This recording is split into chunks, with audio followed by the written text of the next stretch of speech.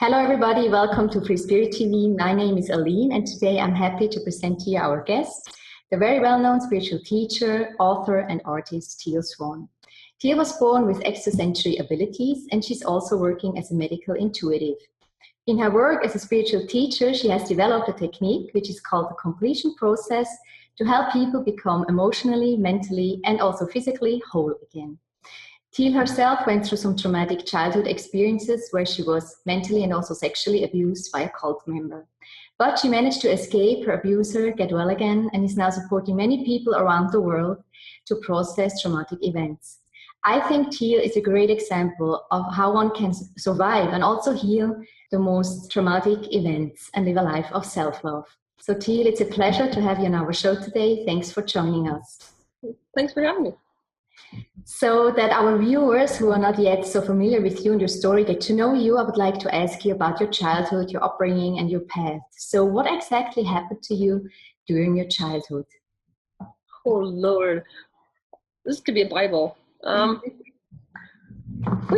what happened to me during my childhood is that based off of my gifts, I was making people in the local community that I was growing up in really uncomfortable. Because where I grew up is super religious, like really, really religious, but not a religion that supports these types of gifts belonging to women. Mm-hmm. They believed that these spiritual gifts basically only belong to men. So they saw it as a gift of the devil. And because of that, I wasn't allowed to play with kids. I was kicked out of carpools. I had teachers that didn't want me in their classrooms. It was really bad. And it could have been only that bad, but it got way worse because, as we all know about religions, just because someone's a Christian doesn't mean they agree with another Christian. And there are many different sects within Christianity. So what happened in that area where I grew up is that there were like offshoots, basically, of that main religion. And one of them believed that it was their job to rid the earth of evil. So they became convinced that I was a demon that had taken over the body of a little girl. And my parents didn't know that somebody who they knew kind of loosely actually belonged to that cult group. And they allowed him to succeed in what he did, which was to infiltrate the family as a mentor. Because my parents didn't know what to do with me when I was younger. They were scientific people. They didn't understand what I was doing when I was saying, like, seeing auras and all this stuff. So when he came in and said, look, I know nobody wants to be with this kid who's miserably unhappy. I can take her. I know what to do with these abilities. And so they trusted him.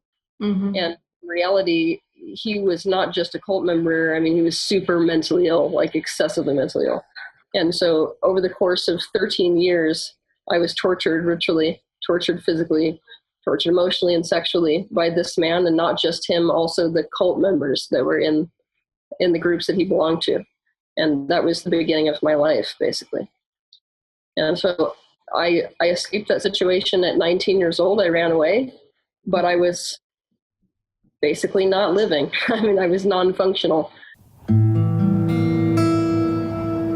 It got to the point where I thought rape was sex.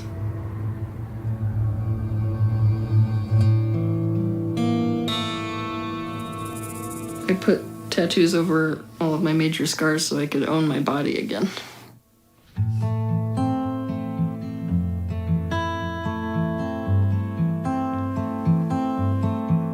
She was still kind of really scared of her abusers finding her.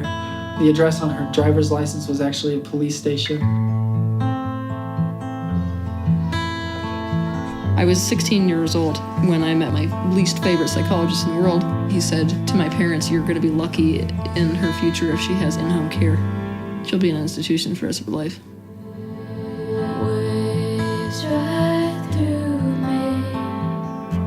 In my humble opinion, our mental health system is so broken in this country that really all they've got is a very haphazard way of diagnosing people and then just throwing pills at them.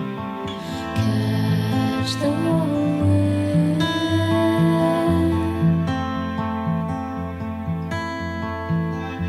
He did not even look to see if anything that I said was accurate. He just wrote down schizoaffective. Without any further delays, I would like to introduce Teal. After the rain, the sun will come again.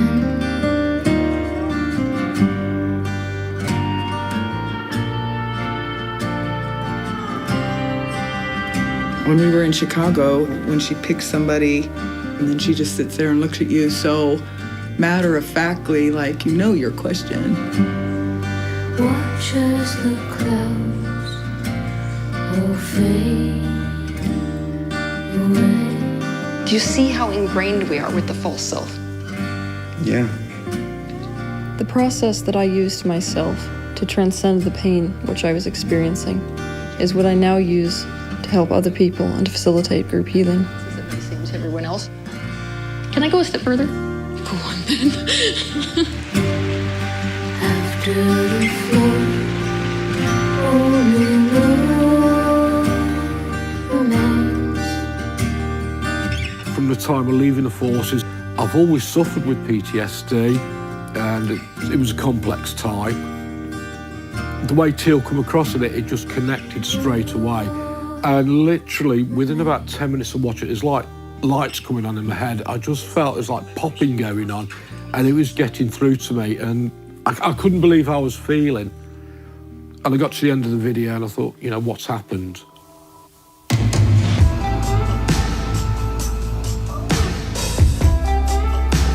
You can dictate how you feel based on what you're focusing your attention on.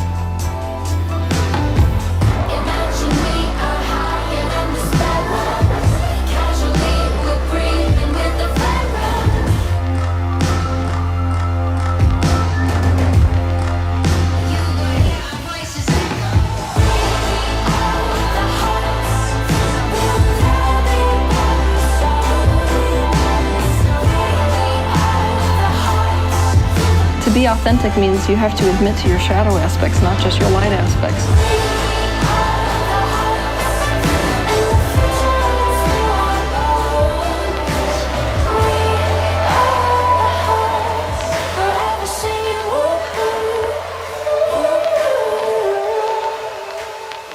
When you go through something like that, people would love to have it be that when you get free, everything's better, but it's the exact opposite of that. In fact, it would be more honest to say that sometimes when you get free from these types of situations, you wonder whether it would have been better to die, because the healing process is just too intense. The best way to understand that is like, this is on an emotional level, but the best way to understand this in terms of analogy is to think about getting in a high-speed car wreck on the highway and breaking every bone in your body. There will be a point in that healing process where you're like, I wish I would have died that day. And that's what a lot of the years of my life of healing had been like, because I didn't have skills that fit in the normal day-to-day life. I had no capacity to deal with relationships because all my relationships had been abusive. And it was just like, it's just too hard. But so I came to a crux where I was like, I have to decide whether I'm going to commit to this life or not. Because it doesn't. I'm sorry. You go. Go ahead. It basically didn't work for me to be here and not committed to being here. To be here, but with the thought of, I don't really know if I want to be here every day. And I thought I was unique in that way, but now since being in this line of work, I'm realizing that there's a hell of a lot of people, and not even people who have extreme histories of abuse, and that's the state they're living in.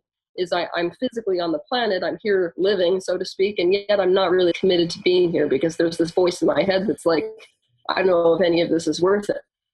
I realized what a dichotomy that was. On one hand, trying to heal, and on the other hand, having this aspect that didn't even want to be here in the first place. So I began a game with myself. And that game was, I can always kill myself.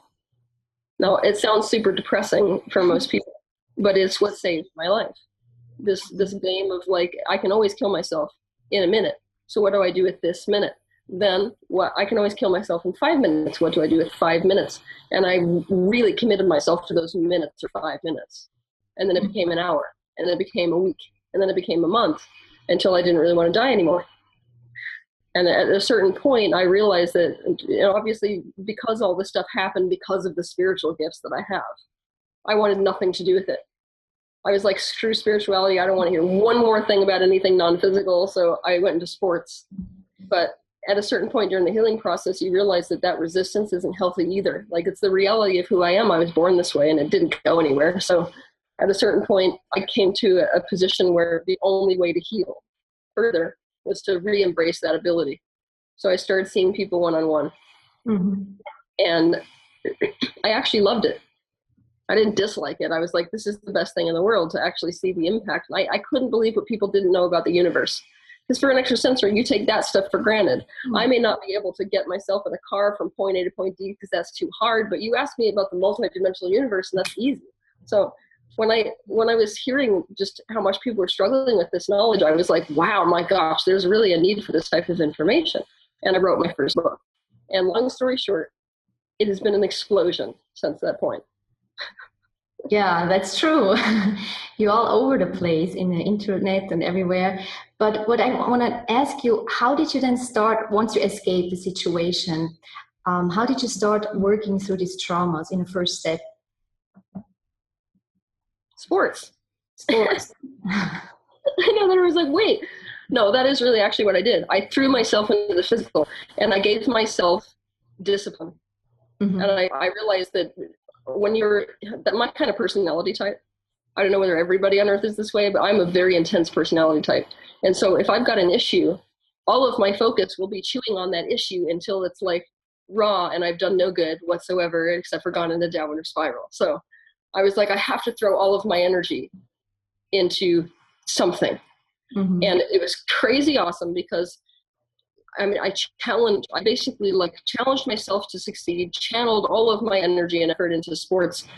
But then I got to a point where the only thing that was keeping me back from succeeding in sports was this emotional stuff. So there was no way to avoid it anymore. And that's kind of, I feel like, how the universe tricked me into healing. Is sort of like, guess what, Teal? If you want to win, you're going to have to get over this emotional aspect. And so there was no longer a way to avoid it. I also was in relationships at that point. And see, I really would love to tell you that like all of this was me initiating everything. And it's like, oh, it's just this beautiful thing I knew had to happen. But no, a lot of it was other people, you know, like my coach saying, you're not going to succeed unless you do that. Or my boyfriend at the time who was like, this is really messed up stuff. Like, you can't pretend that this is okay. You need therapy or I'm leaving you. And then did you actually seek therapy also? Oh yeah. I did 5 years of intensive therapy with an expert in ritual trauma specifically. Now, between you and me, it is really sad to me that can be an expertise. But in the area where I grew up, that's literally all she sees. No one else. Okay. So I delved into that, and it was at first it was really healing. It was the first time I ever heard the concept of an inner child. You know, it was the first time I ever got put in group therapy, which was one of the most healing things, to actually meet with other women, because abuse is so innately isolating that when they threw me in with other women who had been through similar things, I finally felt like, wow, I'm not completely by myself here. But the process of healing is kind of like outgrowing and outgrowing and outgrowing and outgrowing. And there came a point where I outgrew therapy, because I realized that initially it was a relief to me to be told, okay, this is the reality of where you are. It's really, really bad. I was like, oh, thank God, somebody's actually echoing the reality of my life.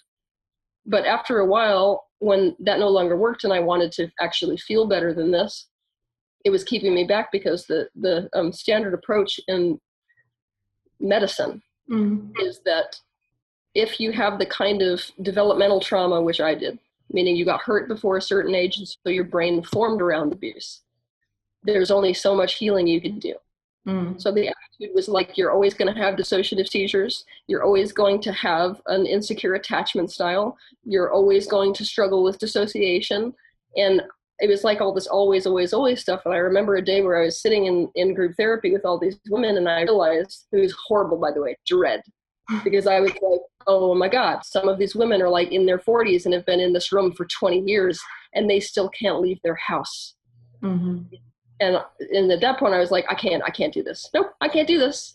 I've got to find a way to actually make it work. So then I started becoming really super curious, but there was no answers out there. I couldn't find any, because like I said, the standard mentality was, you're just not going to get better. Just like, you know, if you get paralyzed, most of the world's going to be like, no, you can't ever walk again. So it was up to me opening up that channel again spiritually to go out and find these, you know, this information, let's say interdimensionally. And how did you do that then, stepping out of this kind of victimhood after this realization that there must be something beyond being a victim? Well, it's not like it was really intentional. It's more that it's more that I just took a step in the direction of letting myself feel how I felt. So I did feel like a victim. That's the reality. And I didn't tell myself that it was wrong to feel like a victim, which is easier, mind you, if you literally were one. But yeah, I let myself get really angry, and that was the first step. And it's the step. Most people don't want to hear that. Most people want to hear that we went straight from being hurt into forgiveness. It's not the reality. I went through years of being so, I mean, like, rage is an understatement. I feel like there's no word for the level of hatred that I had for what happened and towards the guy that did it. And I went through years of visualizing burning the house down every gruesome way I would kill him. I mean, all of it. And I indulged in it, completely indulged in it. And it wasn't that I did anything. It was that after practicing that, there was a day where I had a memory. And that memory, it's sort of like, it's not like a new memory. It's something you recall where you're like, oh yeah, I forgot that my bike when I was 5 years old was blue. It was one of these recollections, basically, that when the wind blew, he would get triggered.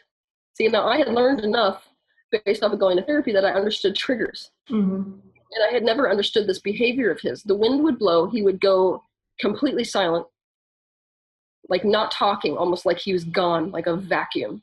And I was terrified, because when you can't read somebody, you have no idea what's going to happen. But on those days that he would do that, he would sodomize. But when he would sodomize, instead of being his usual self, when he would abuse somebody feeling like there's no emotion, he would back up, he would start crying, and he would run off. I mean, literally running, physically, run off somewhere to isolate.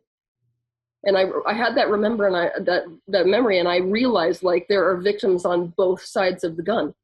And that was what set me free. It was that moment that I saw that I was no different than him. In fact, that he had created someone to understand him by virtue of perpetrating the exact same thing that was perpetrated against him.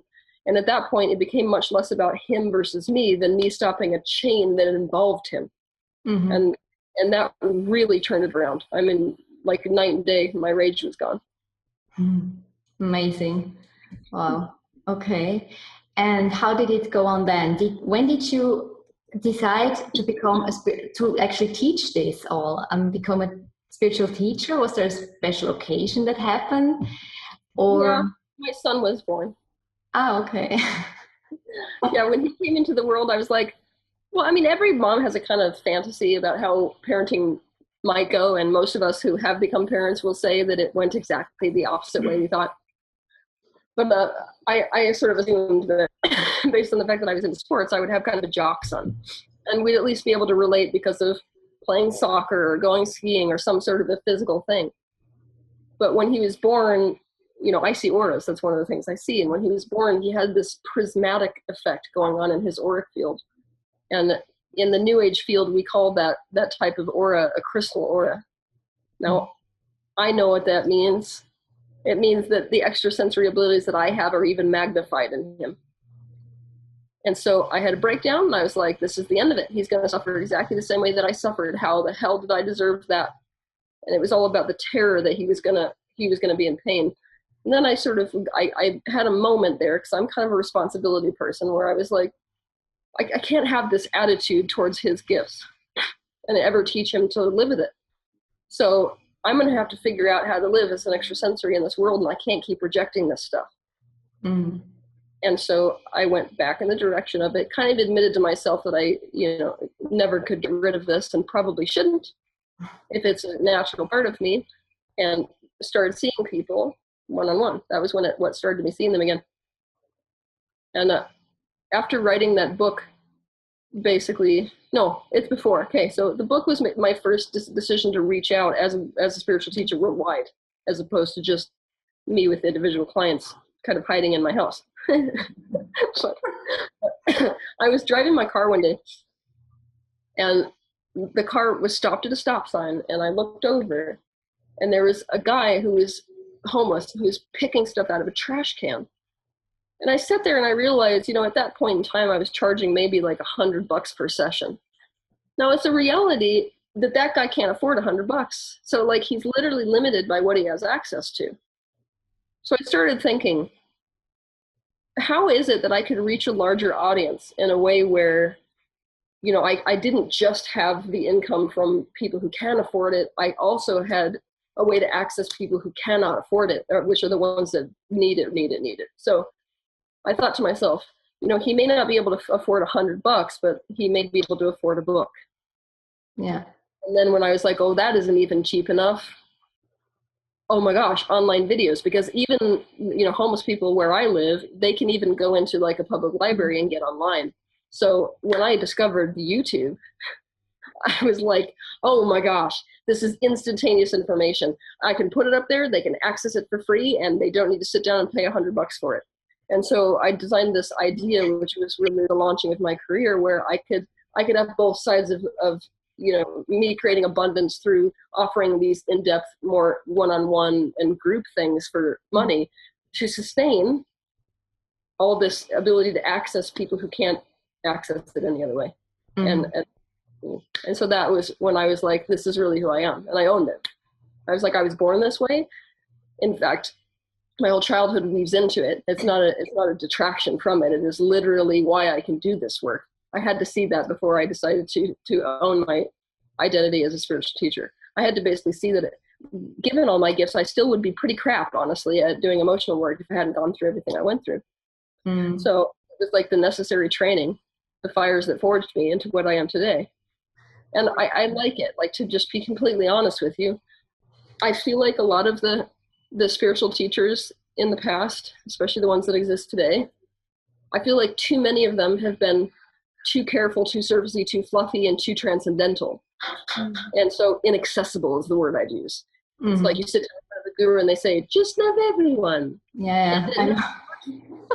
The reality is, like, having gone through all of that torment, I'm no longer in a position where I'm asking people to reach the moon. I'm in a position where I can come down and be like, I know it sucks. Let's say it sucks.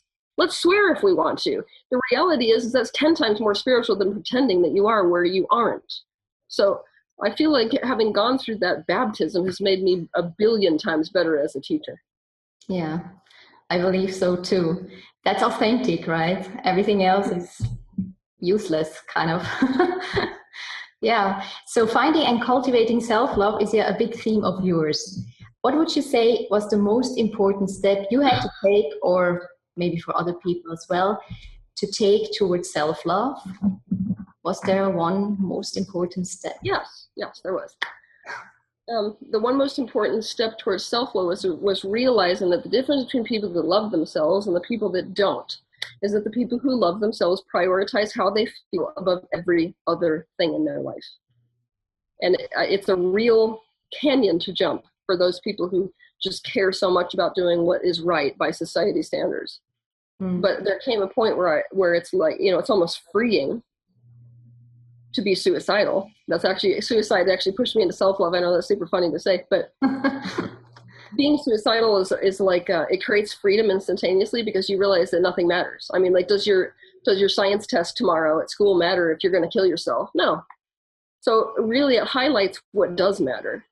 And the people that are happy and love themselves, that's where they put their energy. That's where they put their focus. That's where they put their time. So I had to decide to do that instead of do what I had to do. Mm-hmm. And it was that decision to commit to how I felt that changed the dynamic of me loving myself versus trying to get love through everyone else, basically. Mm-hmm. Well, I think that's a very important point, actually, about feeling, because it's not all mentally worked out. And I think that's kind of a big theme among spiritual people, that they kind of trying to access and understand everything through their mind and not paying enough attention to their feelings. Yeah. Okay, so let's talk about some other subject, about being the creator of one's own reality. That's also a very well-known concept among spiritual people. But however, for many people, I feel it's kind of hard to understand that if they do create reality, they would actually create suffering for themselves. So how would you explain this? How do we create reality? And if you do so, how do you explain suffering? Okay, so the first thing to understand is that if people were aware that they were in the act of creating something painful, they wouldn't do it. So the issue that I watch with people trying to understand this concept is that they slip into self-blame. And then obviously they're on the defense. No, nobody would have created the loss of a child or like the failed relationship or fill in the blank if they were aware they were doing it. So I feel like putting responsibility on people before they're aware of this is not fair, nor is it particularly right. Even when we are conscious people, there are holes in our capacity for awareness, things we don't see. And when we're dealing with the subconscious, which is the majority of what's actually manifesting in our life, most of it's what we don't know that we don't know. So we're being unfair to ourselves as people when we look at ourselves or other people with this attitude of, oh, well, you must have created it. Yeah, like anyone would do that. But for the sake of our understanding, how it works is that the thoughts you've been perpetually thinking and the emotions that reflect them, that's a very strong vibration. You can think of it like a musical note. And we live in a universe that is based on the law of attraction. The only way to understand that is to think about how a mirror works. You will get an instantaneous reflection of whatever you yourself hold within you. It's a genius way of understanding ourselves, because what we wanted after all out of life was awareness. This is essentially the process of source knowing itself. So in the law of mirroring, if you have a frequency, like a musical note, it's matched by a like frequency, a musical note. So if you have something in you, it mirrors in the external reality as this manifestation. If I have rejection issues, I will be a match to people, places, and things that make me feel like I'm rejected. Mm-hmm. That's all it means. But this is where it gets tricky. Most of this stuff, like I said, is in the subconscious. We don't know we don't know it. So it's there even though we don't know it's there. So let's say that when we're really young, 3 years old even, right? Let's say when we're 3 years old, one of our teachers doesn't pay attention to us and is more focused on what she's doing in the classroom, and we decide that we're all alone and that we don't matter to anyone, just based off that one experience. But there's no way to resolve that, and so it stays inside of us. Now, in adulthood, because that's still a vibration within us, we become a match to people, places, and things and events which reflect to us that we're unimportant, that we don't matter to people around us, that we're alone, right? And so that is how our life is being created around us. Your life is a mixed bag because it is a reflection to everything, both positive and negative, that is within your conscious and subconscious mind. Mm-hmm. Very well explained. Thank you. But you're not only an expert when it comes to self-love and about creating one's own reality, you're also an expert when it comes to shadow work. Oh, that's my favorite. Yeah, I know. Mine too, actually. So what is your definition of shadow work? Shadow work is work in the unconscious mind. So consciousness has been equated to a light, right? Because you can see what's conscious. But darkness or shadow is equated to what you cannot see. So that's the subconscious mind. Anytime we're doing shadow work, it means we're playing around in our subconscious. Now, like I said before, there's things you know that you know. For example, you know that you know the language of German.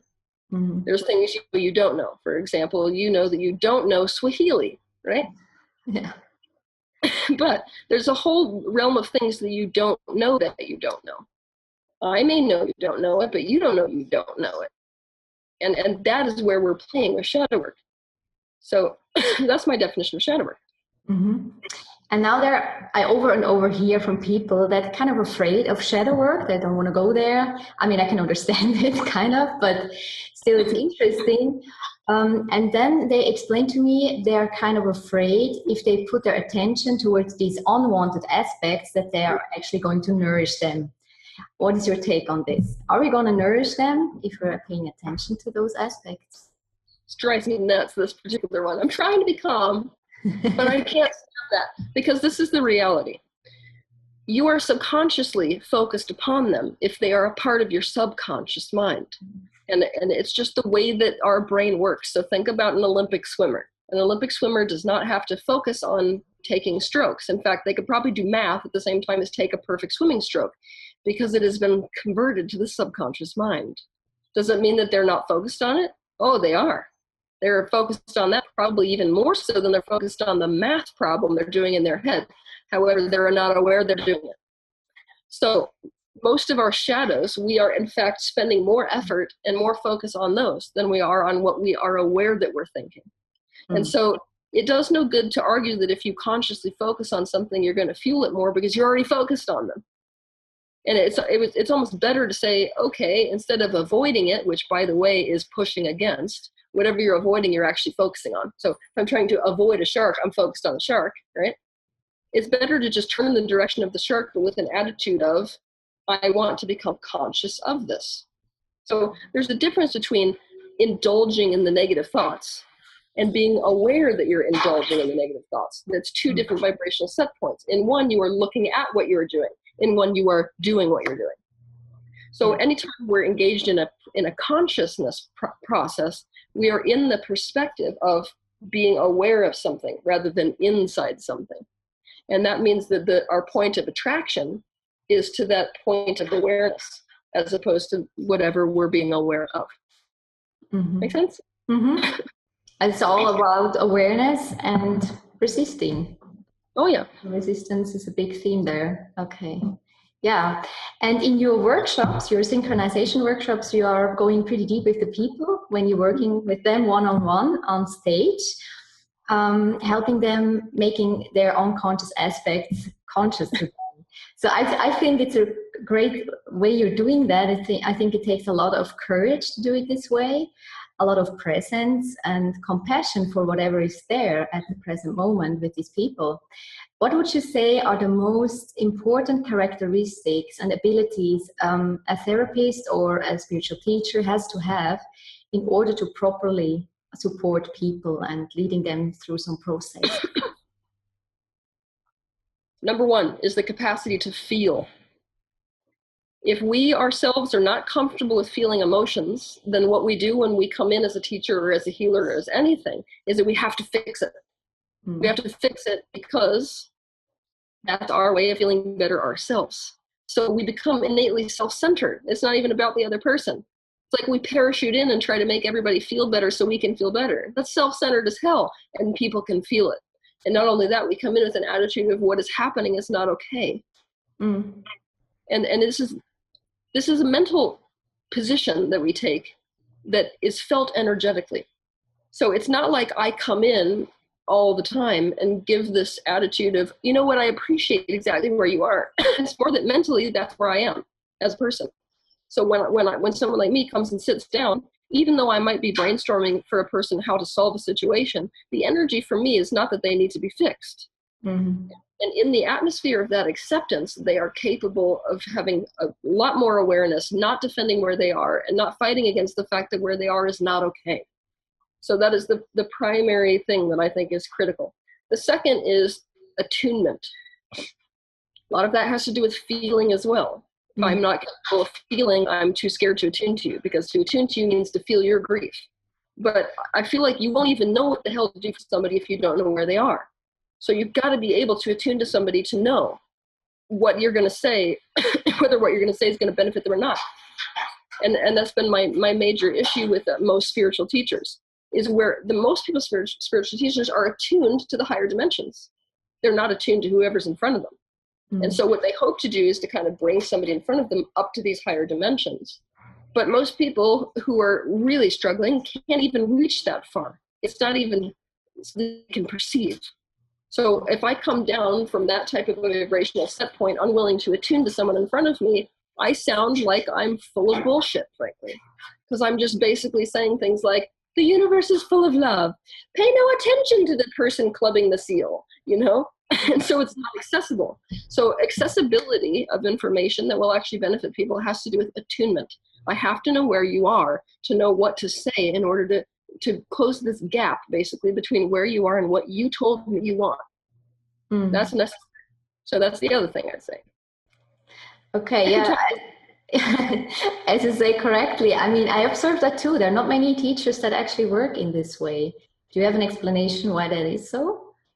Not more teachers are doing it this way? It's really uncomfortable. Yeah. Yeah.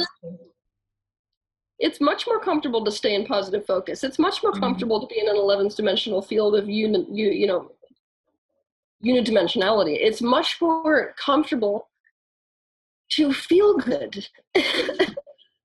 So it's almost like letting yourself attune to somebody and letting yourself take that kind of bottom up attachment integration approach requires that you feel grief. It requires that you acknowledge division. It requires that you see what's happening here and admit to it and don't just cover over it. So I feel like a good amount of it is honestly just that most spiritual teachers escape into the spiritual dimension so as to not feel reality. Yeah, unfortunately. Maybe it will change. So on the one hand, you are teaching how to go in direction of one's joy, how to manifest things. And then on the other hand, there is the shadow work process, let's say. Is there a certain order one has to approach these two processes, or is it always a mixture of both processes? I enjoy the concept of everything in spirituality being like a tool. So you use that tool when the tool is appropriate. If that's the case, then it's going to be mixing and matching. However, what I notice is that the positive focus type of attitude and the I can create my own reality type of inspiration and empowerment tends to appeal to someone when they're just barely waking up. Meaning, oh my gosh, you mean I have anything to do with what's happening to me? But then what will happen is the person will positively focus. They'll go in the direction of creating their own reality, and yet something bad will happen. And it's at that point when they go into an existential crisis. And they say, how is this possible? I've been doing all the good work. I've been focusing, and so this shouldn't have happened. It's at that point that most people are ready for genuine awareness, meaning to sink down into the shadow and see what's truly resident within their being. And once you become comfortable with shadow work, then I watch it be much more easy for people to shift into an ease of using one or the other processes whenever they feel like it. So for me, for example, sometimes I'll wake up and feel like it's a good day for a positive focus exercise. Another day I'll wake up and be like, no, I need to sit with exactly how this feels, even if it's really bad. Yeah, and it's also very relaxing if you are able to actually sit with all your emotions. Yes. You have this ability. Yeah. Nice. Another topic, another emotion which is pretty present these days is fear. I feel that we are living in a pretty fear-based society at the moment. What do you think would be the root cause of all these fears we are experiencing? Is there a root cause of all fear, or oh man, is it so individual? Well, it's pretty individual, but in general, if you were to survey the human race, what you would see is a belief in one's own powerlessness. That's what creates the majority of our fear. If we felt like we had a hand in actually making our life the way we wanted to make it, we wouldn't feel that way. So it's about, how am I powerless to my life? How am I powerless to myself? How am I powerless to my society? How am I powerless to that person over there? I mean, you wouldn't be fearing President Trump, for example, if you didn't think that he was capable of doing something you can't prevent. Right. So it's that innate sensation that I don't have any control over anything that is going on in my life that is creating that underlying fear. And what would you say would be a good way to handle fear if fear is present, if it's overcoming you? Well, I feel like it's a two-step thing. The first step is to sit with that fear and to stop trying to run away from the fear, because if you run away from fear, it's like gasoline on a fire. So you sit with it, you take care of it, just like the fear itself is a tiny child. So the attitude shift we have to make, basically, is that up until the point where we become conscious of how emotions work, we think like emotions are there to hurt us. That's why people go into a therapist and say, there's something in me that's against me, my depression. It never occurs to us that the depression itself is actually begging for our help. It's an aspect of us. Or the fear or the anger is actually begging for our help. So what we have to look at is that our fear is in fact a terrified child self. So if we can treat the emotion like it's asking for our help, not trying to hurt us, then we can come in and treat it appropriately. So the question for yourself is, how would you treat a terrified child? That is how to treat yourself right here. So what would you, just fun. Play with me for a minute. How would you, if you had a little kid that ran into you terrified, what would you do with the kid? If it was running and it's terrified. Yeah, if it ran in and it was like crying and it's like, I'm scared, I can't deal with this, what would you do? Yeah, I would comfort it. Yeah. How? Well, taking into my arms, holding it, like being present with whatever is there. You probably listen to what it was afraid of. Exactly, yeah. And you probably give some suggestions as to how it can be less afraid of that thing. Right. It's no different with ourselves. Mm-hmm. So that's what I would say. That's a good tip. Thank you. So in order to help people deal with their traumas, you have developed the completion process. Share with us, what is the completion process and how is it working? Oh my God. Okay. The completion process is for trauma resolution. But I'm really aggressive with this concept of trauma because we love to think of trauma in a really, really, really limiting way. We think war. We think sexual abuse. That's what we think when we think trauma. And that is a part of trauma, but it is one spectrum of trauma. When I think of trauma, I think in terms of, okay, I wasn't ready to stop being breastfed, and yet I was weaned. I was ignored by my teacher. Things like that we think are a normal part of life that are unresolved, that's a trauma. It's a distress that we could not resolve. And so this process is designed to solve those, to actually go back in time to the causation of the event, to create resolution so it's no longer a vibrational imprint within us. Mm-hmm. So yeah, that's why I can't really market the process for one thing or another, because if I'm looking at a person who's in a terrible relationship, it's the result of trauma. If I'm looking at mental illness, it's the result of trauma. If I'm looking at pretty much anybody not becoming the actualization of who they were meant to be, it's not what's wrong with you, it's what happened to you. So this process is designed to target all of them, basically. Mm-hmm. Yeah, that's good.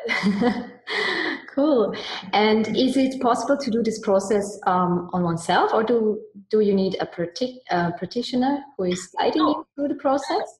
I designed this process so that people could do it themselves. Okay, yeah, that's good. That's usually my aim. I mean, I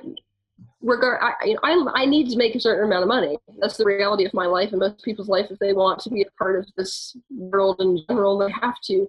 And I like being abundant. So the reality is that I have ways of making money, but in the back of my head, I also always have the fact that there are a lot of people who need this stuff that don't have access to it. So I had to design a process to overcome past trauma that did not involve seeing someone and paying a crap ton of money for that. So the process itself is designed for people who have no capacity to pay for help, who can use the process on themselves.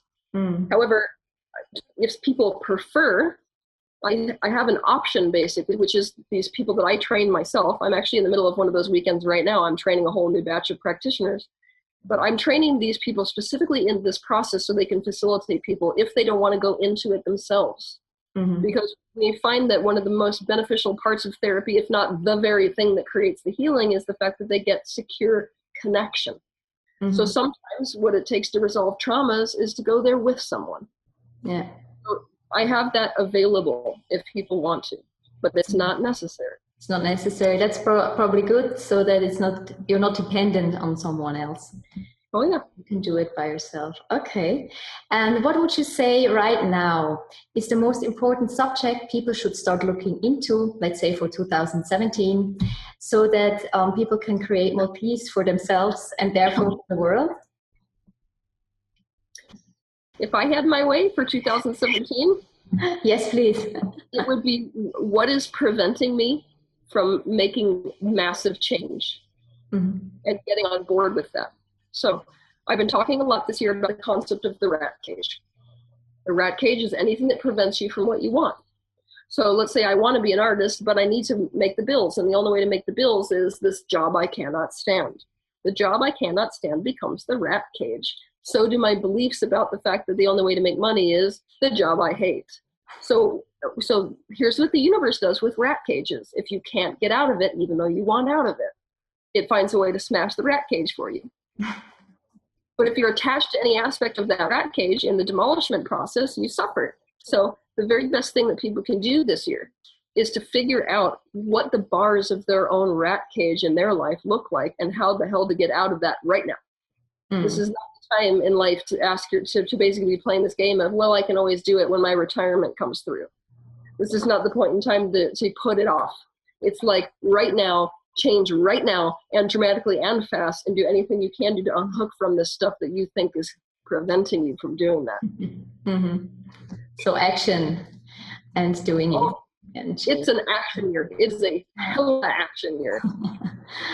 Okay, I'm curious. Another thing you're doing is you're holding so-called synchronization workshops all around the world. Yeah. What is the idea behind these workshops, and what is the goal of holding these workshops?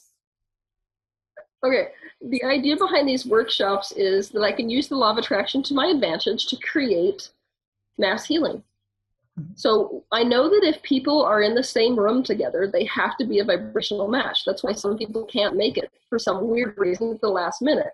The people who end up in the room are a match to each other. How can I use that to my advantage? When I ask one person out of the crowd on stage with me and work them through their issue, it relates to every other person. So I can use this individual healing session to heal an entire audience of people. And when they get those revelations, it's a very powerful frequency to sit in. So like, let's say you don't ask a question, you say nothing at the workshops, but you're sitting in the audience, but the people around you are having revelations, are increasing their frequency, are beginning to think in different ways, are setting themselves free. You are bathing in the increase of frequency there. So it's a collective healing experience as much as it is like a breaking out of our mental paradigm experience. That's a cool concept. Okay, and I've watched many of these synchronization workshops. I want to say at this point you can always join these workshops online as well. Mostly they're streamed online live. You can join them, and if you're interested in some self-inquiry and raising your vibration, you should join them. It's really interesting. So you have also extrasensory abilities. You have mentioned it before. That means you can see, feel, and hear vibrations. So now I'm curious to hear, what would you say right now is the current most dominant positive and dominant most negative vibration of this planet and its people? Is it possible to summarize this at all, or is it very different? Okay. Oh, it's possible. You want to know for just like today, or like this point in time? Point in time. Point in time, let me survey really fast. This will take me a second. The dominant negative vibration at this particular point in time is instability. It's basically that there was a certain amount of security that people had, and it's gone now. And this is unanimous across the board, everywhere in the world, because we know that we're in the middle of this huge shift where what we've been feeding into, even on a societal level, is not going to be there for very long. And so even on a subconscious level, many of us are really starting to get into a phase where the unpredictability in the world and other people and ourselves is getting so high that we have nothing to hold on to. Dominant positive. Questioning. Like people are really starting to question. Yay. That's good. Okay. So in which country did you feel most comfortable regarding vibration? I think for me specifically, it's Prague. Prague. Mm-hmm. Yeah. There's something that is so incredibly magic about that place. I just felt like an instantaneous resonance with the people. Mm-hmm. I love that place so much. And I can't say that in terms of the world it's the most high vibrational spot, but for me it's where I feel home. So yeah. Nice. Okay, and is there a place that's sticking out that has a pretty low vibration that needs some support? London. London. Okay. And do you have a suggestion what people, I guess it has to do with people there, they could do to raise the vibration of their city and of themselves? What is the issue there? For London? There's actually a great many issues with London. It can't be isolated to one thing. Mm-hmm. But the thing that I feel like people should focus on the most there is that as a society, it is addicted to pretense. Mm-hmm. And so the level of suppression that has to happen in conjunction with pretext is just insane. So basically, it's about people stopping this societal expectation or not being able to conform with it so that they can come around and talk about what's authentic as opposed to what's socially acceptable. Mm-hmm. Yeah, that's always a good idea to become more authentic. Another project of yours is your prison project. I find really wonderful project. So please tell us all about this project. Well, okay, so the first phase that we're doing is we're delivering these books, about how to free yourself to jail, mass quantities of them. But eventually the justice system is something that inspires me immensely. I can't stand the way it is in the world. And so what I want to do is to create an alternative to the jail system. My biggest issue with that is that prison is money. That's why it's not changing. Yeah. It's not changing because it became big business and jails are run like businesses. So I am aware that I am up against that. However, I'm willing to come up against it anyway because the way that we're trying to rehabilitate is not rehabilitation. And we know that because people who get out of jail go back, and there is no real process within jail to funnel them back to society in a way that is beneficial to us. So I want to create an alternative to the jail system, and I want to actually rehabilitate what we call criminals, because society's not in a place where we're like ready to have them walking among us. So why not have this isolation experience be a time where they can have some real help for dealing with the underlying issues? That's my idea. Yeah, I think it's a great idea. I mean, it has to change, really. I mean, many different, it's the same thing with the medical system. It's the same thing with educational system. It has really to change. It's time. Yeah. All of these. Yeah. And just lately, one of your other projects was that you have bought a center in Costa Rica. You're sitting at it right now. It's called Vieles Center. And what are you going to do there? Well, this is going to be a place for people to come and really devote themselves to whatever practice the retreat is about. So let's say that we have a retreat for survivors of cancer or people who are currently struggling with cancer.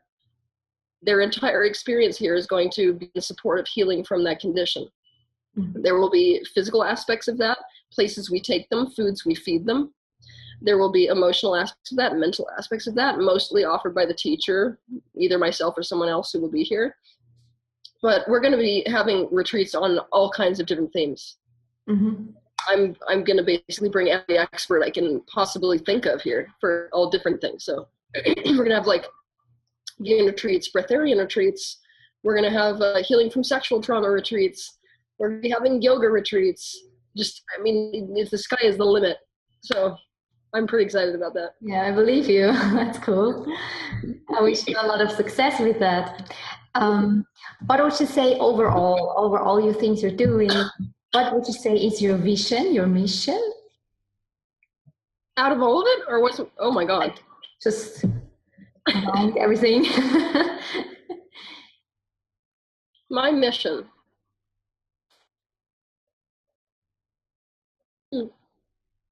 That's funny because I think I've never been asked to sum it up. It's always been like all these things. Let me think about this. Yeah.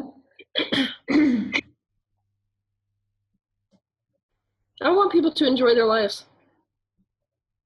And I want this world to be a place that is enjoyable, not just a place where people have to struggle to figure out how to enjoy something unenjoyable. I would like to see society turn into something that's not hard to love. Yeah, you have said that nicely, yeah. And so we are coming closer to the end of our interview, and in the end I would like to give you some incomplete sentences, beginning of sentences which I would like you to complete spontaneously. Are you ready? Yes, let me get my water. Of course. Okay, I'm ready. Let's go. Okay. First one, spirituality is? Annoying. Spirituality is not? Easy. A trauma is? An opportunity. Healing means? Putting yourself back together again. Life is? Complicated. I am? complicated. I wish I could. Feel good all the time. I would never. Intentionally harm something. For the future, I wish. Wonder. Love is.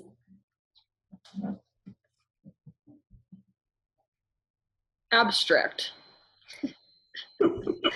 And now, if you would have the opportunity to get out a message to every person on the planet, what would that message be? Today would be to stop taking life so seriously. Find something that makes you laugh today. Because there is way too much to be serious about. That's correct. Well, thank you, Teal. Thank you so much for sharing your story with us. And I think it's very courageous what you're doing. And I think it's helping a lot of people. So keep doing the good work. You're doing an amazing job. And I wish you all the best for your future projects and a lot of fun in Costa Rica. Thank you so much. Thank you. And thank you guys for watching. This was FreeSpirit TV. And I send you much love from Switzerland. Bye.